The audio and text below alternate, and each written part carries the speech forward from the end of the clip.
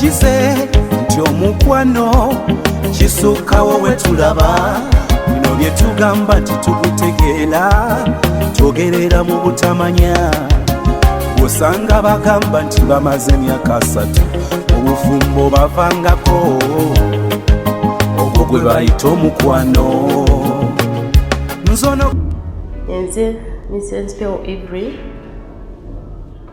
EVELYN omaze ebbanga kini mwami MPEWO mu bufumbo? Tumaze kati myaka 9 years. 9 years in marriage. 9 years. Kiki ojjukira kyewasinga okwagala ku Enoch? Kyenasinga okwagala the way he used to conduct himself. Bwe twali ku ssomero namusanga eyo nga ndi mu training school. Kati olunaku lumu we had camp meeting, so he came from his school ne bajja ku ssomero yaffe. The first time I saw him, though I couldn't explain to him that maybe there is something I feel, but I just liked him. But mostly what attracted me, the way he used to conduct, to dress, and how to conduct himself when he's speaking. Okay. Yeah. So 9 years in marriage. 9 years in marriage. If you were writing a book about your marriage, which heading, which title would you give that book? Me, I would put hardship in marriage. Hardship in marriage. Yes. Mukwano gwafe ensonga lwaki tusinkanye mukyala MPEWO Enoch. They've been married for now 9 years. Naye challenges butusinkana abantu bano waliwo omuyaga o storm ezijja mu relationships or marriages abamu neziba breaking down nemutasigalawo, then others nebasigala nga bali strong. So what to know, bana abafuna challenges nebasigala nga bali even stronger. What is the secret? 9 years in marriage, experience erinyo mu kuzaala oba mu baana bafunye okusomozebwa when it came to byabaana, when it came ku kuzaala. Naye olwaleero I would say that, can I say you're happily married? I'm happy. Happily married? Yeah, I'm happily married and contented. Happily married and contented. Yes. Omuntu okubanga sagala I don't want to break down the story jetugenda okuya because I want you to listen to the story from the horse's mouth. Naye abantu okufuna obuzibu mu bufumbo ne kisigala nga kiba sparkinze abalala ne basigala nga bali even stronger. What is the secret behind that? At the end of this story njagala obeere ng'oli inspired nti newankubadde ojja beera mu relationship or your marriage nga mulimu okusoomoozebwa kutya. My friend, nzikiriza nti when you said you do, you meant it. Ate ng'okimanyi nti along the way somehow somewhere there will be challenges, but still endagaano eyo gy'okozeyo n'omuntu osobola osigala ng'oginywezezza. Nsaba otutaking through the story. Sagala nnyo kuinterruptinga, but I really want to hear the story. Omuntu kunkomerera asigale nga agasiddwa kubanga bw'ogamba nti you're happily married and contented. Yes. Now, when I got married, when I grew up at home, me, I knew marriage is something. Yemugenda nga musanyuka, masanyu gokka ge gabeera mu marriage. But after reaching marriage, on our side, me with my husband, we didn't have any problem, and we don't have any problem. The side where the problem is, wetwatuuka time ya mukama kutuwa abaana. Kati awe twatandikira okulaba bizibu mu bufumbo. Omwana wange asooka nafuna lubuto bulungi nga teri kizibu kyonna. I carried a pregnancy. When natuuka 6 months, pressure netandika kulinnya on the first child. But omanyi ekintu kyofunye nga tolina experience yonna, kati nga omutwe gutandika kunuma nindowooza maybe those are minor side effects of pregnancy. So I continued nimbeera naye ate awo nali nkolera eri mu kyalo Bugiri So one time it happened, I came. When I came, my husband saw me nagamba, nga mubiri gwonna guzimbye. Nimugamba, nange ndaba maaso gazimbye. Twagenda mu ddwaliro, doctor nagamba, tumugenda kuddayo leero waka, we are admitting. Reason, the pressure is high and we need this baby alive. So, in the process, we stayed in the hospital and they stabilized the pressure. We came back home. After like a week, the baby died in the womb. First child. Olubuto wali lwozese emyezi emeka? Mukaaga. 6 months. Kati yatandikira mukaaga, kati by the time I finished 7 years, by the time kati awo ng'atuuse emyezi 7, kati operation egaanira ddala ku stabilizinga. So they said, I stayed in the hospital for some time. Then it started coming down. Now they discharged us. We came home. We stayed for 1 week. You realizing that there's no fetal movements.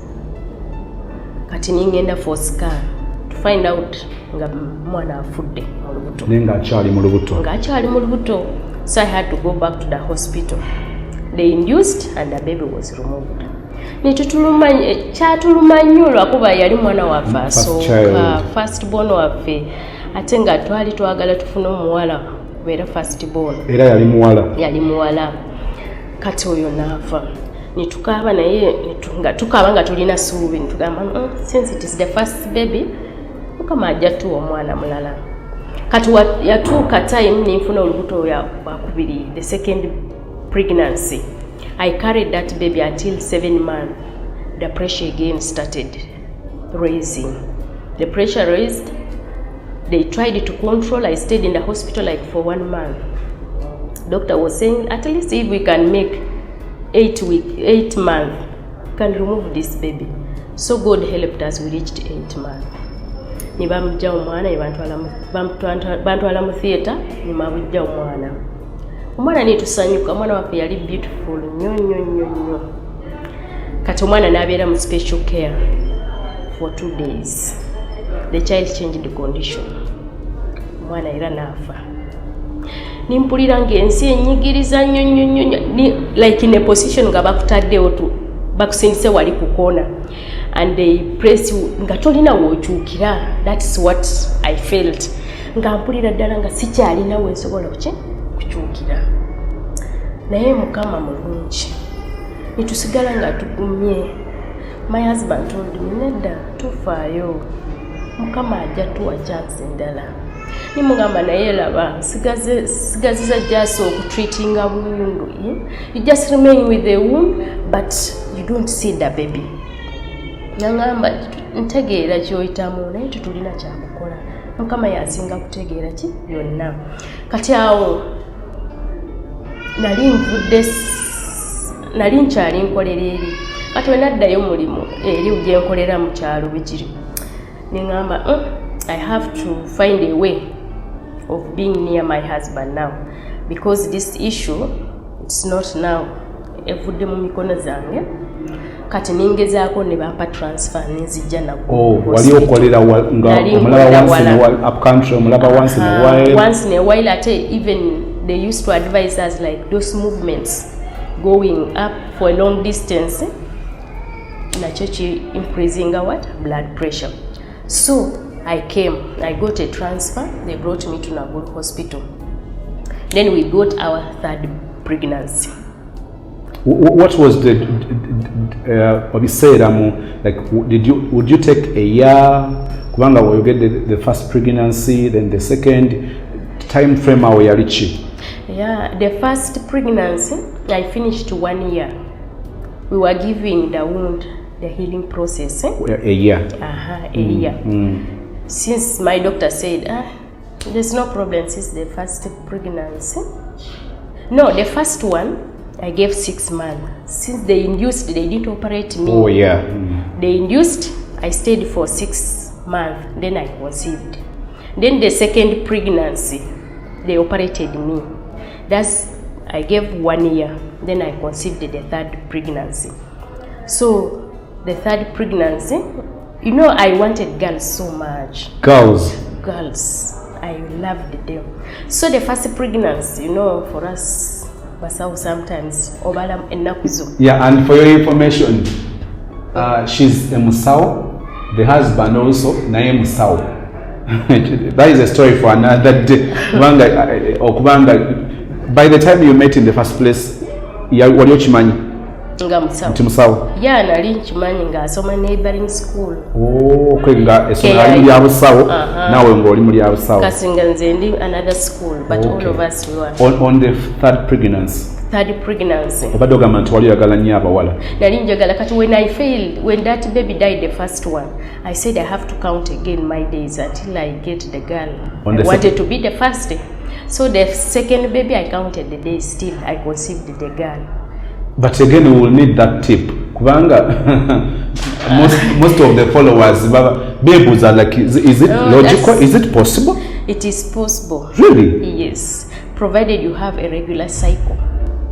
What do I mean? If you take 20 days, 28 days before you go, you get again your periods, you can count. But people who take 21 days, 32, they will not use it. Okay, that is a tip yetufunye wano ndozanga bonus. So I counted. The second born yali muwala. Yes, yali muwala. Oh. Now I said, it seems it has failed. God doesn't want us to have girls first. I said, let me get. So what? No, chivake echo calculate echo countinga. Neda. Ninchivako calculating abawala. Ningamba kati lero kan calculating mulenzi. Oh. Ochiraba. Kati mukama nanyamba on the 14th day. Kati awo.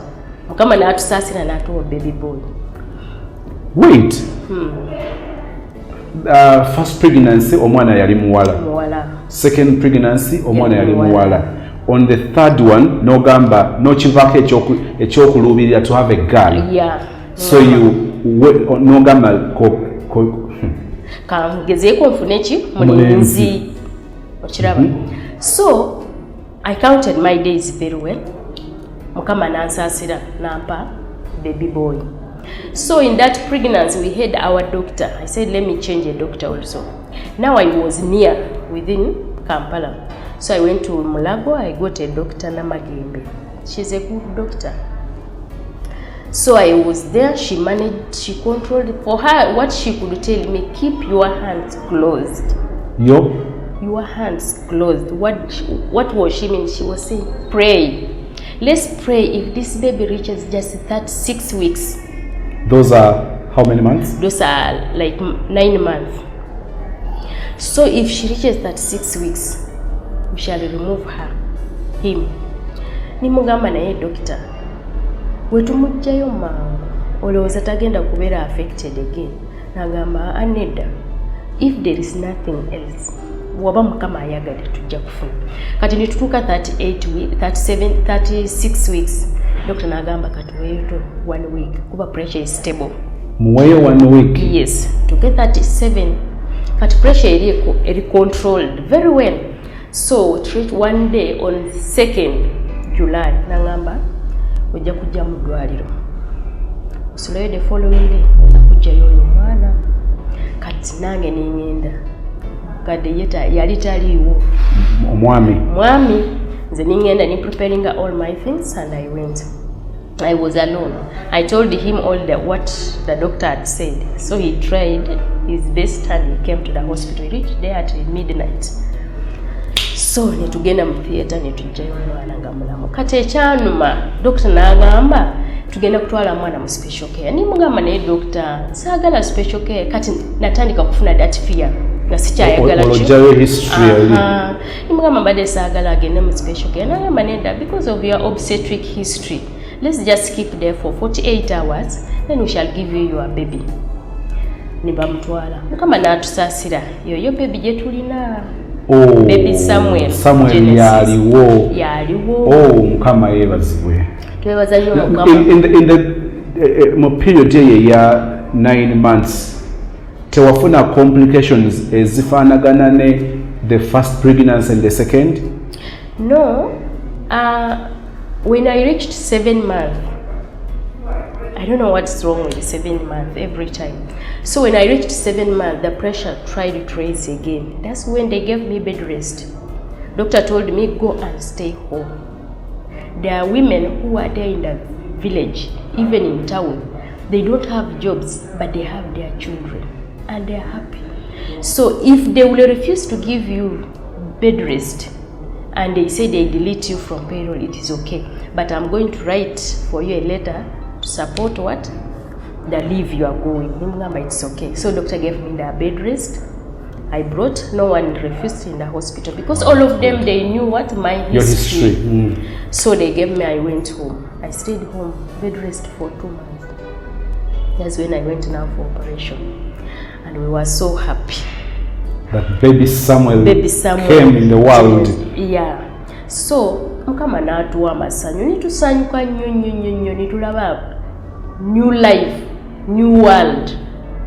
Nga twebuuza waba neebase omwana ku buliri bw'ati sobola okuva eri nenyimirira bw'ati ningamba mukama ye nze mazima n'omwana kati mwana wange ninfukamira nintandika kwebaza mukama ngamba mukama weebale nnyo ku binkoze.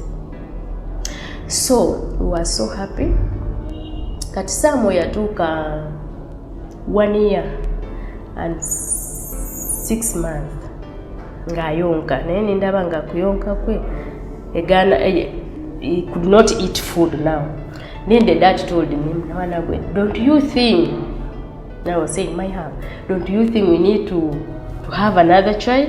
I said, no, this boy is still young. 1 year and 6 months. Yes. So he tricked me one day. Really? Yes. He told me, I'm going to the village, but I'm coming back. I said, you go. He told me, but I'm going with Samuel. I said, it is okay. So he went to the village. But I said, you come back since he's still breastfeeding. So they went to the village. He didn't come back. The following day, he stayed there for 4 days. And this is the boy who was breastfeeding. Yeah. I could call him, I asked, how is the boy? What is he not crying? What's wrong? Why are you not coming? That I will come. But he had his own what? Plans. So immediately when we removed the baby from the breast, the following month I conceived. That was after 1 year and 7 months. So I conceived another baby. But that baby I conceived, that pregnancy, when it reached 3 months, it came out. So I didn't bother so much. I said, you never know.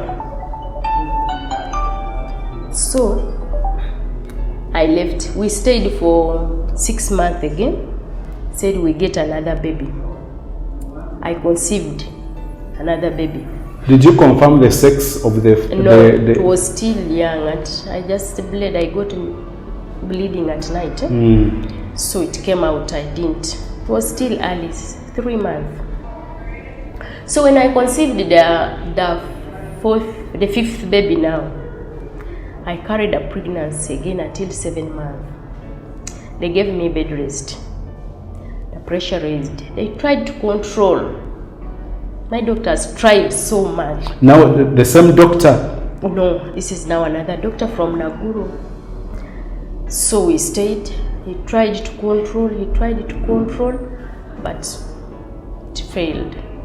The whole body was swollen. So they had, he told me, go home, you come back tomorrow. When I went home, that's when the baby died at night in the womb. Kati nali simanyi nga mwana afudde. Kati nga ndaba lubuto lunuma. Now I came back. When I came back, I told doctor, but I'm feeling pain. Yeah, but I've not reached term. I don't know why I'm having all this pain. So he told me, go and do scan. To do the scan, there was no fetal heart. I told God, you mean it has happened again? And that was again a baby girl. A baby girl? Yes. It was again baby girl. Banange chanuma nnyo. Nibamutwala theater. He operated me again on the day. You go to theater knowing that bagenda kujjayo omwana afudde. Now olaba that pain. It was too painful. So my husband that day dropped me to the hospital. I had some patients to see, and he went. For him also, he didn't know that the baby had died in that. So he dropped you? He dropped me, then he told me I will come back. So since it was my working place, my fellow staff helped me. They organized it. They got some sheets for the hospital. They made for me the bed. They took me to theater. By the time I came back, they had already finished operating me. So they removed the baby.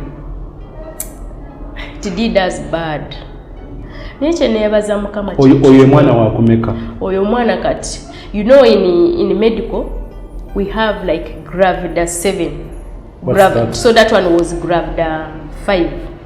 What's that? Break it down. You know, when you conceive, whether it is abortion, whether the baby grew up until ku medical babala bonna ngabana. So like the other one yavayo oli afira mu lubuto, the first one.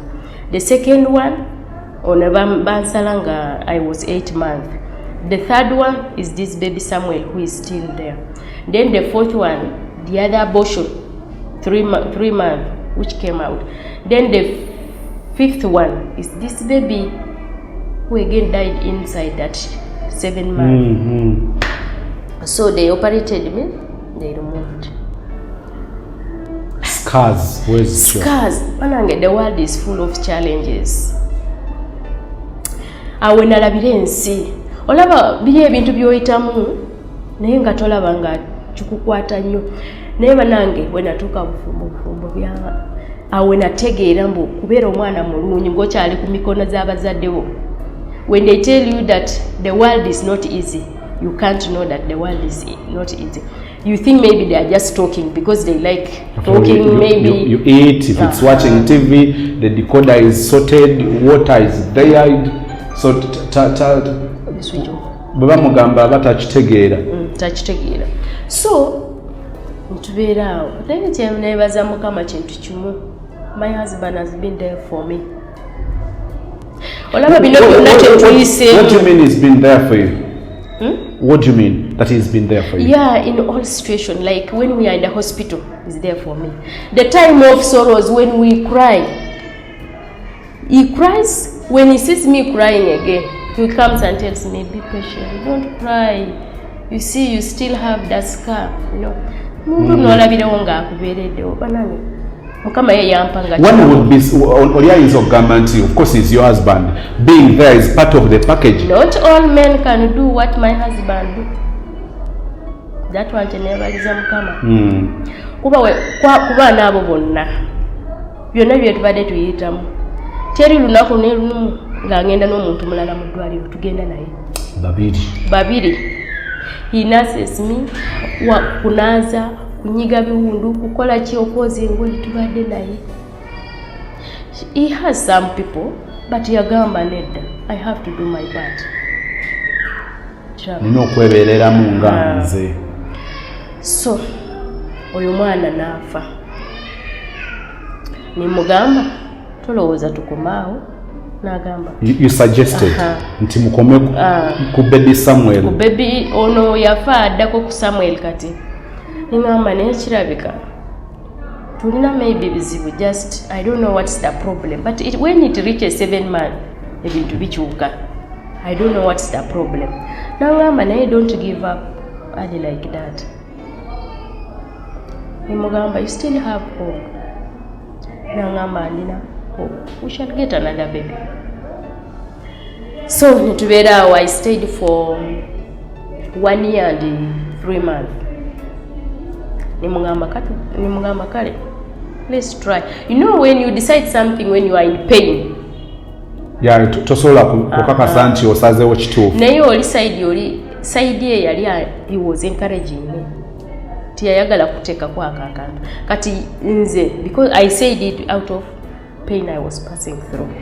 So when I also reached somewhere, I said, it is true, we need someone should not be alone. At least babeerewo babiri konsi kuno. Oli kuba tulaba ensi mulimu bizibu bingi mukyetaaga munne munne waafunako naye ebinyigiriza n'agenda n'agamba sister kino kinyigiriza oba nkikola atya okiraba so netugezaako netufuna another pregnancy wetafuna pregnancy that one also came out oyo pregnancy yakumeka wa mukaaga kati wa mukaaga nga tubaze ne Samuel bonna ya ffe tubabalidde wamu eno pregnancy ya mukaaga kati oyo n'avaamu at 2 months netubeera awo I rested for some time neddamu nenconceivinga mulala so noddamu noconceivinga yes. the seventh time that's now grab the 7 that you've conceived 7 times so we conceived that baby and I went back to the doctor who saw me when I was pregnant somewhere. So we were with her. She tried it. She tried her level best. Gatubera naye. She was so close to me. Newemu beeping or newemu kubira simu oba ali theater nga is busy. When she comes and sees that it was me who called, she calls immediately. Nangamba Evelyn, how are you? What's the problem? Are you fine? Ngamba doctor, mbadde ndina kino naye mbadde njagala kubuuza tukola ate. Ate nangamba jangu such and such day. She was anyway abadde doctor mulungi nnyo yabadde. Let me say, I have said as if she's no longer there. She's no longer there? She's there. Okay. So we continued with her. She monitored me until when we reached 36 weeks. 36 weeks jemyezi emeka myezi 9 njagala ono akitegeera alinga nza myezi 9 ya myezi 9 kati wenatuka myezi 9 nangamba Evelyn, come to the hospital. I'm going to admit you. We remove our baby. Kasita mukama atusaasidde atusisa myezi 9 ekyo kyetubadde tusaba mukama atuwe naye ekirungi oli mukazi naye bambi amanyi Katonda nnyo kati wenatuuka nagenda mu ddwaliro n'angamba nitusaba bantwala mu my in the ward, the room, they gave me one room. She told me you'll be here netusaba naye nangamba hivyo tusaba mukama atuwe uwanguzi mugamba kale netusaba. Then the following day nangamba at 2 Sunday we are going to theater. Mugamba it is okay doctor. Kati najja saa 8 netugenda mu theater. Najjayo omwana yatandika yankolako saa 9 kati nibajjayo omwana bulungi. Omwana n'akaaba bulungi. He scored very well. Nga mulenzi muwala era kati awe nagambira mu njagala sama abeereko n'omunne kati ningamba abeere n'omunne ngaki muwala. Kati nibamugjayo omwana bulungi nibambuuza Evelyn, have you seen your baby? I said yes. Baby what? I said baby girl. Nangamba kale batwala mwana mu special care. Nimugamba doctor again special care again. Nangamba yes. Nimugamba kale chemugenda kukola musale oba chemugenda kukola nga kisinga obulungi, it's okay because it's the same age happening ku baby somewhere. Kati mwana ne bamutwala mu theater. Kati twali awo mu ddwaliro navaayo nabisiba bubi nnyo. I bled a lot. Somebody they started operating at 3 naye navaayo mu theater saawa 3 kiro. I even collapsed in theater because I came up nga bantu bonna bagenzi. Ngamba ninsigala nga bandekedde musawo ni doctor nga bali awo batudde. Kati when I came up, then doctor told me, Evelyn, are you fine? I said I'm fine doctor.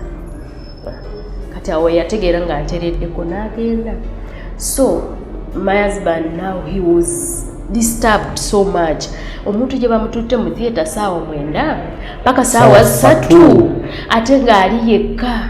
Banange nina najja natuuka mu theater n'agamba nakonkona kiki ekigenda maaso, kiki ekigenda maaso.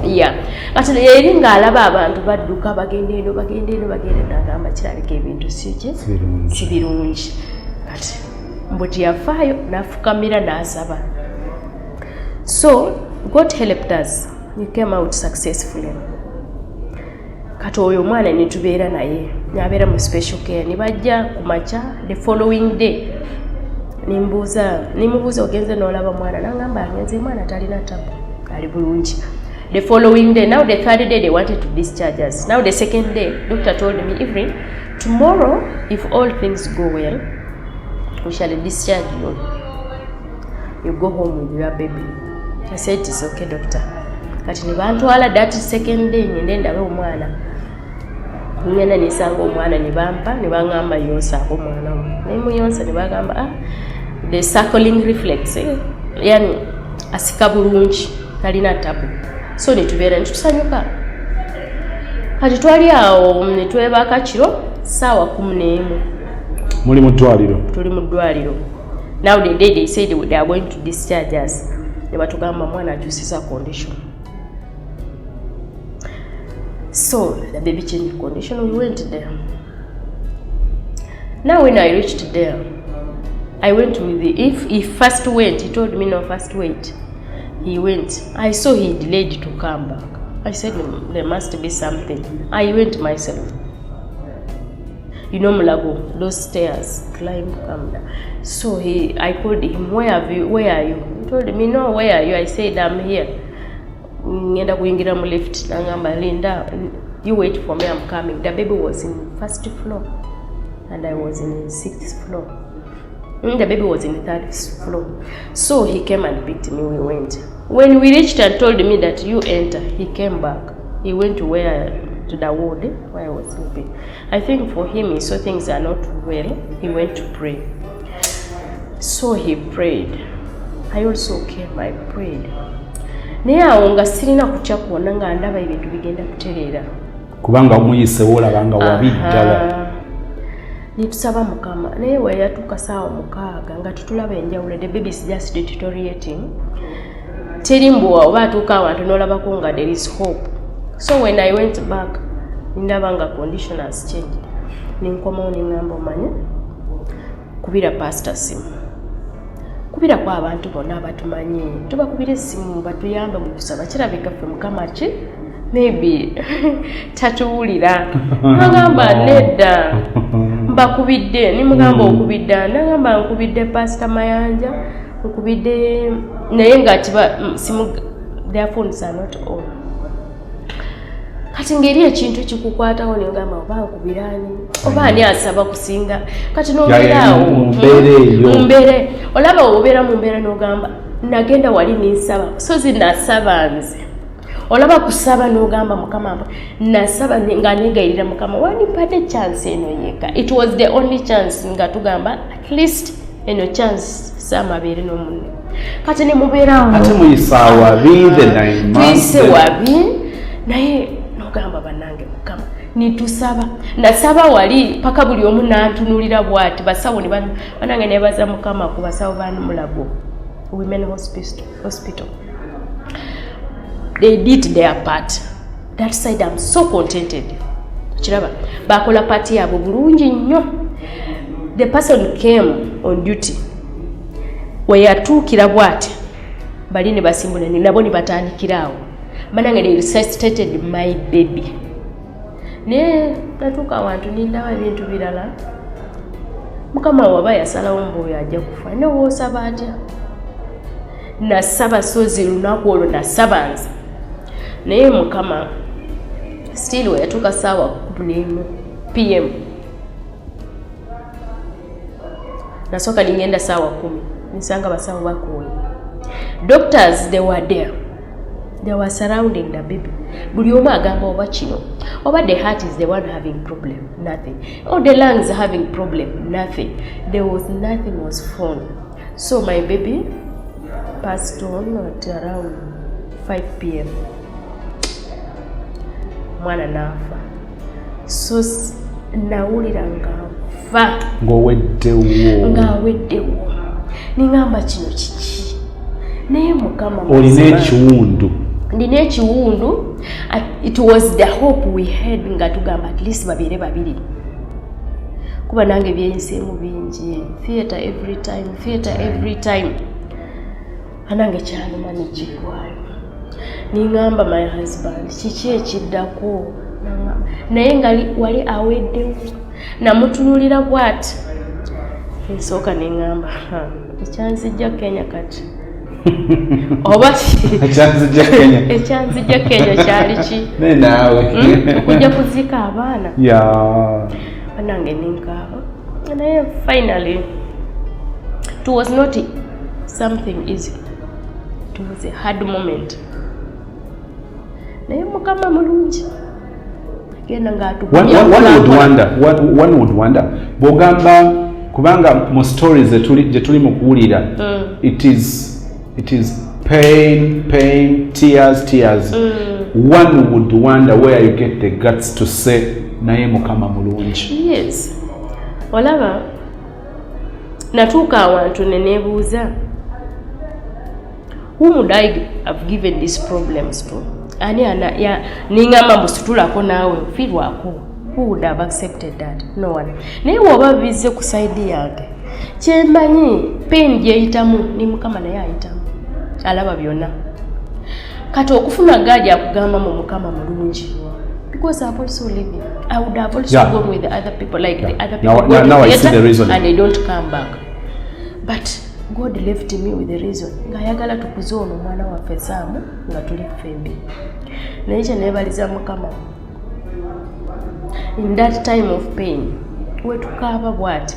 Olaba buli omu alina time ye yakukaaba.